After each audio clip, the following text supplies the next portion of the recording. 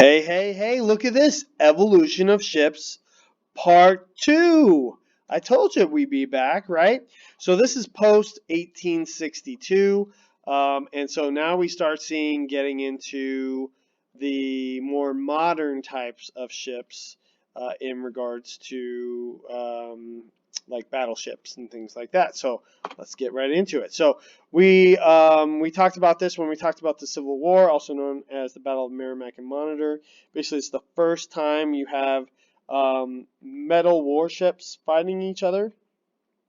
Basically, it makes all other ships obsolete. You now have these metal ships that can basically destroy a wooden ship. A wooden ship can't destroy a metal ship, and so basically from now on, most ships that were built after this point, unless it was a clipper, because they could outrun these types of ships, but all gun ships were basically made of metal. And so this is the Battle of Hampton Roads. So what do you have? Now you have ironclad ships of the 1850s through 80s. This would be an ocean-going class, HMS Warrior of Great Britain, 1860. You can basically see how big it is. Again, metal hull here, has 40 guns. It is steam driven, but also has it can be used with sail as well. Now this would be a city class, basically city class meaning that it would be used on rivers and near coasts. This is called the USS Cairo, built in 1861. It's a 16-gun armored gunboat. Okay, so the Merrimack and Monitor were not the only metal gunships, but those were two of the best ones.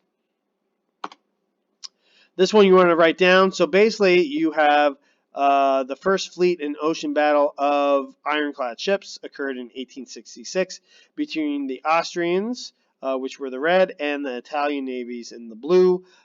Pretty much, although they were armed with guns, they were largely ineffective, and the cannonballs just bounced off of each other. So what was learned is that the best strategy of beating your opponent was to just ram into them. And so now we're right back, right, to where like we were in Greek and Roman times, that the best way, instead of shooting at your opponent, is to ram them. And although that doesn't last for long, the idea here is that that's what we used to do until we start having better guns, which you'll see here on battleships and whatnot. So what do we have first? We have the pre-dreadnought battleship of the 1880s to of the 1900s.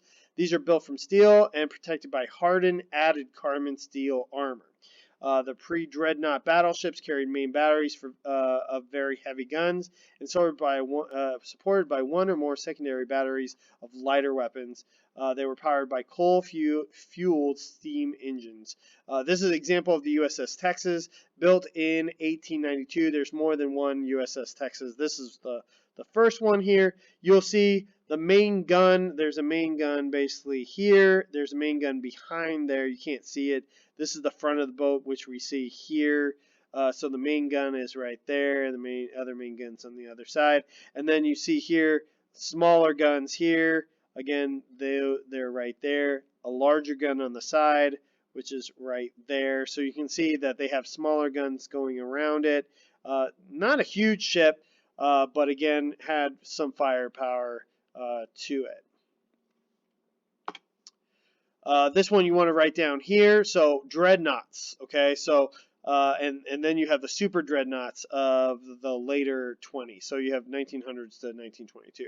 So these designs had two revolutionary features. One, it's all big gun armament design. So those little guns on the side, those disappear. It's basically all big guns on the top, right? On the top of the ship. You can see them on the side here as well. Basically, then you also have steam turbine propulsion engines, and so they were higher tonnage, and basically these start a great naval arms race between Great Britain and Germany. They are called dreadnoughts because the HMS Dreadnought is the first of its class. It's the first type of these major, large, big gun designs with these turbine engines in 1906. So pretty much all ships after this are known as dreadnoughts. You also want to write this down. So remember that the other ship was also called the USS Texas. They retired that USS Texas and they created this one in 1912. And basically, this one you can actually go and see. It's in Houston, Texas, and so it's basically the only World War II. World War I era battleship in existence, and one of 6 remaining ships that served in both World Wars. So this is basically one of the only ships that is of that era, but also served in World War One and in World War Two. Basically, it is something that you can go visit. It has an actual contingent of U.S. Marines. It was first to have anti-aircraft guns, have a control gunfire, which is basically an idea of the first computer. It was able to launch aircraft from a catapult on turn 3. So on the 3rd turn, I think it's on the back here actually, you could launch an aircraft from it. It was one of the first to receive a radar and become a permanent museum. So treaty battleships. So after World War I, so that we wouldn't have this happen again, where you have this arms race between 1920s and mid 1930s. Basically, a treaty basically governs the construction of warships. And so the Treaty of 1922 says that the 5 naval powers agree to abide the strict restrictions on the construction of battleships, battle cruisers, so we don't have another arms race. It doesn't work, obviously, because we still do, but basically the treaty limited the number of capital ships possessed by each country, and also the tonnage of what it could be. New ships could only be constructed to replace the surviving ships as they retired after 20 years of service. And then any new ship would be limited to guns of 16 caliber and a displacement of 35,000 tons. This would be an example of that. This is a treaty battleship, the HMS Nelson of Great Britain in 1925. Again, you can kind of see that it has all these smaller caliber guns, and you can only have 16 caliber 16 millimeter, right, or 16 inch guns. So again, this is what you would consider a treaty battleship. Once World War II starts coming around, all bets are off. Everyone starts building higher caliber guns on their ships again, and so the treaties do not last. So again, largest battleships ever created were during this time period of the 1930s and 40s. Basically, limitations are ignored. The battleships were highly valued. They did not see that much combat because, again, you didn't want to risk this high-value piece of machinery, right? And so what was eventually used is more so were subs, destroyers, and carriers. They're the ones that you saw the most use during World War II. After the war, only one battleship was ever launched after because it was already being built during the war. So they went ahead and finished it. Great Britain was the last one to launch a battleship called the HMS Vanguard. It went for about 15 years from 1946 to 1960. It was 51,000 tons.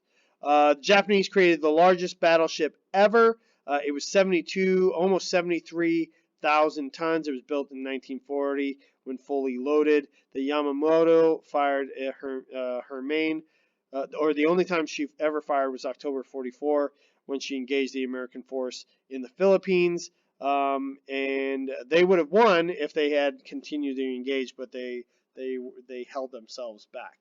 Yamamoto was dispatched to Okinawa in order to beach herself so that she couldn't be like sunk, and that she would still be able to fire. But en route, she was basically spotted by U.S. submarines and aircraft, and she was sunk by bombers and torpedo bombers. Oh, make sure you write down that middle one. So what does it look like? This is the Yamamoto right here. That is represented here. As you can see, it's quite big, but when you look at what we create today, like a modern cruise ship, right, or a modern oil carrier, right, it's not that big, but it was still quite a weapon of war. So it's a big ship. Then you have the post-World War II battleships. Although battleships did see service after the war, they were costly to maintain. So most of them were basically decommissioned in the 60s. Some saw service up in the 1990s. In fact, the USS Missouri actually saw service in Desert Storm. So that was quite a thing to see. And then pretty much because battleships were the largest and most complex, they were also the most expensive. They could be easily sunk by smaller vessels and mines. So basically, the investment really didn't match what they did in service. So it was amazing, really, how much money was spent on battleships, and yet they were rarely used. So what do we have currently, right? You have the U.S. Navy flagships, the Gerald Ford, which it pretty much is just, this is probably wrong now because I did this a few years back, but I mean, basically in the billions, almost $40 billion now. The Zumwalt, which is a guided missile destroyer, these cost about, actually, this is closer to 5. I just read about this. These cost about $5 billion. These attack submarines cost 2.7 billion, and then the American amphibious assault kind of looks like an aircraft carrier, but it's smaller. It's mostly for Marines. These cost $3.4 billion. You can see here that what the Gerald Ford basically will look like. Well, what it looks like. What it will look like, I guess you would say. The Zumwalt, which is basically kind of like a stealth. Then you have this one right here, which is the attack submarine, which I was just talking about, and this is the marine ship, which basically is all for all aircraft that goes up, vertical takeoff type of aircraft. Nothing that would take off like a catapult from an aircraft carrier. This is all vertical type of assault ship. Okay, so what is the role of the modern fleet? You want to write this down. So this idea of the Western modern naval fleet warfare is battle space, which is a zone around the naval force within the commander's confident of detecting, tracking, engaging, and destroying threats before they pose a danger. As in all forms of warfare, a critical objective is to detect the enemy while avoiding detection. This can be seen with the 5 U.S. naval fleets that are spread throughout the world. So as you can see, right, I mean, we have one always stationed in the Middle East, right? We have one in Asia. We tend to have one in one of these we got rid of, I believe. So the 4th Fleet, I think. So anyway, so we only have five fleets now. We don't have 6. Oh, it's the second. It's this one right here. Disestablished in 2011. This is the example of the battle space, right? What's the most important of all the ships? Well, obviously it's the aircraft carrier, right? But the idea here is that you need to create a battle space against your enemy, and so that the enemy cannot attack your most important ships, right? So your assault for the Marines are right here.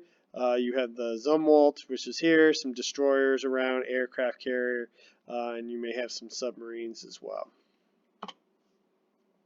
What's the future of the Navy? Well, it could be unmanned vessels. The anti-submarine warfare continuous trail unmanned vessel, or ACTUV, also called the Sea Hunter, is currently a surveillance platform. It has no weapons on board. It's 127 feet long, can reach 27 knots using cameras and radar. You can put men on there, but basically it is a ship which is unmanned and basically is out looking for submarines to track them. So maybe we build a bunch of those with no men on them, right? We check in on them every once in a while. So is that the future in the Navy? We will see. So thank you for listening. We may, if we have time, maybe we can play some Battleship. We'll see.